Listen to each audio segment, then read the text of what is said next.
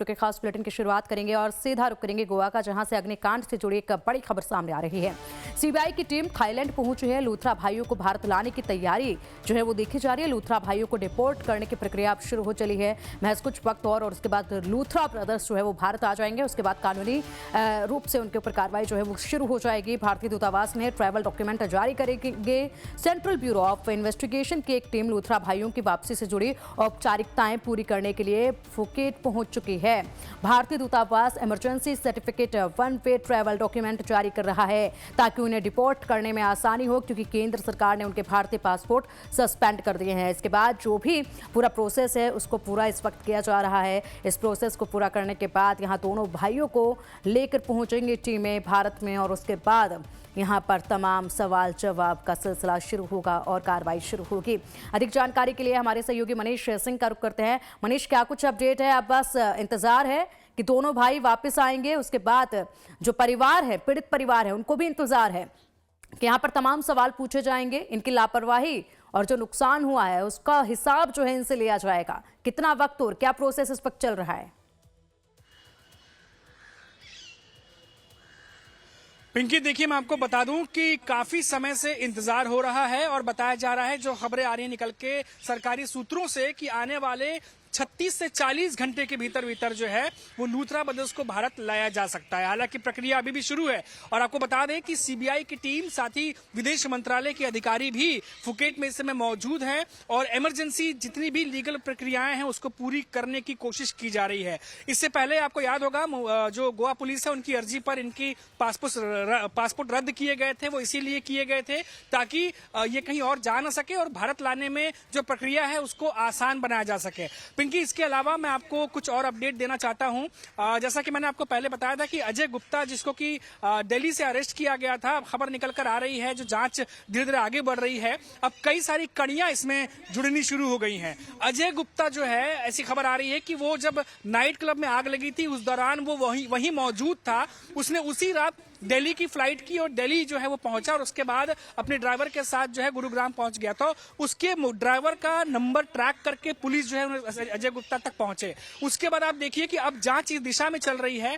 पहले शुरुआती जांच जब नाइट क्लब में आग लगी थी तो सिर्फ इस मामले को लेकर हो रही थी कि कहां कहां लापरवाही बरती गई है, फायर के जो नॉर्म्स है उसको पूरा किया गया नहीं, या लाइसेंस को लेकर के नहीं किया गया। लेकिन जब जांच आगे बढ़ी तो अब कड़ियां खुल गई हैं। जमीन को लेकर के विवाद हो गया है। जो लैंडलॉर्ड है उसके बयान आ गए हैं कि उसको पता ही नहीं था। उसके बाद जो ग्राम पंचायत के जो अधिकारी थे या सरकारी अधिकारी थे उनसे पूछताछ की गई है। मिली भगत की खबर आ रही है।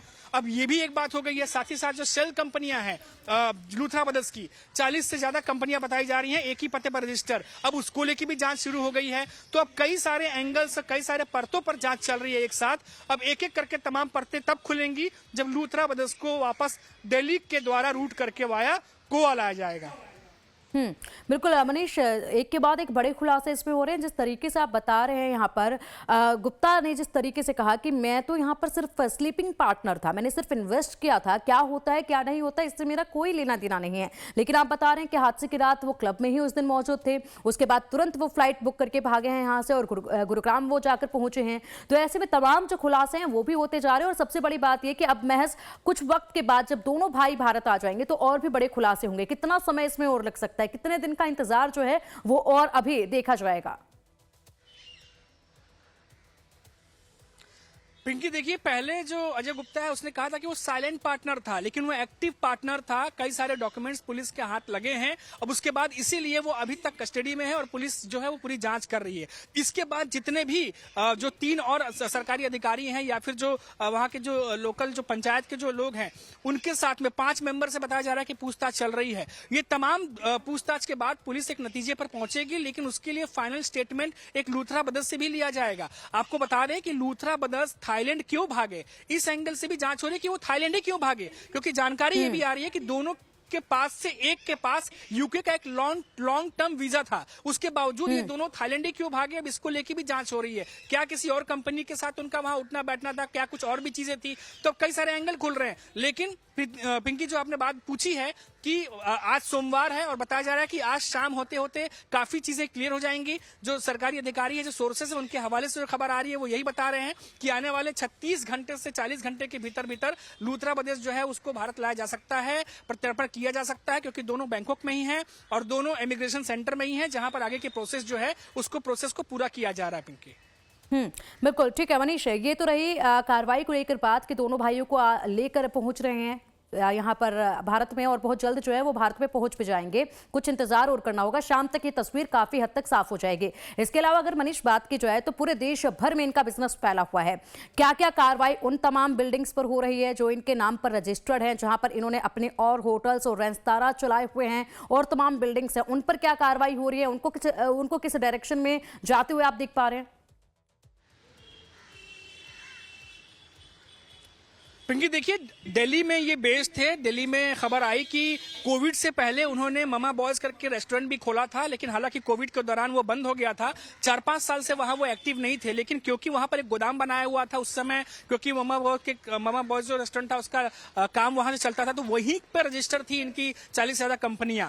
अब उनको लेकर के पूछताछ, क्योंकि आप देखिए कि इसमें कितनी एजेंसियां इन्वॉल्व हो चुकी हैं, चाहे वो गोवा पुलिस हो, चाहे सीबीआई हो, बीच में इंटरपोल भी इन्वॉल्व थी, विदेश मंत्रालय भी इन्वॉल्व है, उनके अधिकारी इन्वॉल्व हैं, तो हर एक तरीके से जांच की जा रही है। अब इन शेल कंपनियों को लेकर के, क्योंकि ये अलग एक पूरा पैटर्न ही चला गया, एक अलग दिशा में जांच चली गई है। हालांकि पहले तो नाइट क्लब में जो आग लगी उसको लेके ही पहले इंसाफ किया जाएगा, क्योंकि प्रमोद सावंत गोवा के सीएम है, वो साफ कह चुके हैं कि भले ही उनकी तरफ से कुछ भी कहा जा रहा हो, लेकिन गोवा सरकार की तरफ से कड़ी कार्रवाई की जाएगी। उन्हें गोवा लाया जाएगा, गोवा लाने के बाद पूछताछ की जाएगी, और जो भी सख्त से सख्त कदम है सलाखों के पीछे डालने की बात वो कह चुके हैं, तो सख्त से सख्त कदम उठाने की बात जो है वो कही जा रही है। जी ठीक है, बिल्कुल मनीष, आप इस पूरी कार्रवाई पर नजर बनाए रखिएगा। अपडेट आपसे हम लेते रहेंगे। फिलहाल के लिए बहुत शुक्रिया आपका इन तमाम जानकारियों के लिए।